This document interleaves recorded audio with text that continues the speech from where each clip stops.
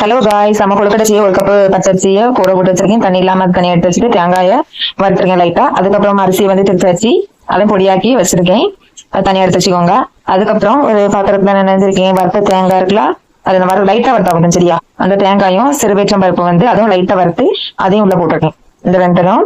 அதுக்கப்புறம் ரெண்டையும் நல்லா மிக்ஸ் பண்ணதுக்கு அப்புறம் நம்ம மாவு கூட வந்து சர்க்கரை, அதுக்கப்புறம் வந்து கொஞ்சம் வந்து சுக்கு பொடி, அப்புறம் ஏலக்காய் அதையும் வந்து தட்டி உள்ள போட்டு நல்லா தண்ணி இல்லாம தனியான மக்களே அதுல உள்ள சர்க்கரையில உள்ள தண்ணி அது கரெக்டா இருக்க முடி நல்லா பாக்கா இணைஞ்சிரும் வந்துடும். சரியா, தண்ணி ஊத்தாமே அழகா வந்துடும். அதெல்லாம் 5-6 அடி அடி குத்தி அதுக்கப்புறம் நாங்க வந்து திரளி இலைய நல்லா கழுவி அதுல வச்சு அழகா இட்லி பாத்திரத்துக்கு எல்லாத்தையும் வச்சு அடுக்கி வச்சாச்சு மக்களே. அடுக்கி வச்சு ஒரு 1/2 மணிக்கூர் போல நல்லா தீய கூட்டி வச்சு நம்ம அவிச்சு எடுக்கணும் மக்களே. எடுக்கணும் நல்லா அந்த திரளியில வாசனை வந்து செமையா இருக்கும் பார்த்துவாங்க, அப்படி ஜம்முன்னு மணக்கும். இப்படி ஒருக்கா நீங்க செஞ்சு ட்ரை பண்ணி பாருங்க. நீங்களும் இப்படிதான் பண்ணுவீங்கன்னா சொல்லுங்க. அதே மாதிரி நீங்க எந்த இலையில அவிச்சீங்கன்னா எங்களை கமெண்ட்ல சொல்லுங்க. சரியா மக்களே, என் சேனலை சப்ஸ்கிரைப் பண்ணுங்க, பிடிச்சிருந்தா லைக் பண்ணுங்க, ஷேர் பண்ணுங்க, கமெண்ட் பண்ணுங்க மக்களே.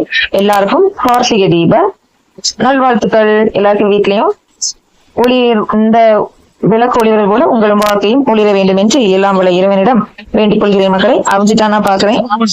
செம்ம டேஸ்ட் மக்களே. ஒன்னே ஒன்று சொல்ல மறந்துட்டேன், நான் ஃபர்ஸ்ட் டைம் வச்சிருக்கேன் மக்களே. எனக்கு அவக்கே தெரியாது, முதல் டைம் வச்சு செமையா வந்திருக்கு மக்களே. பா.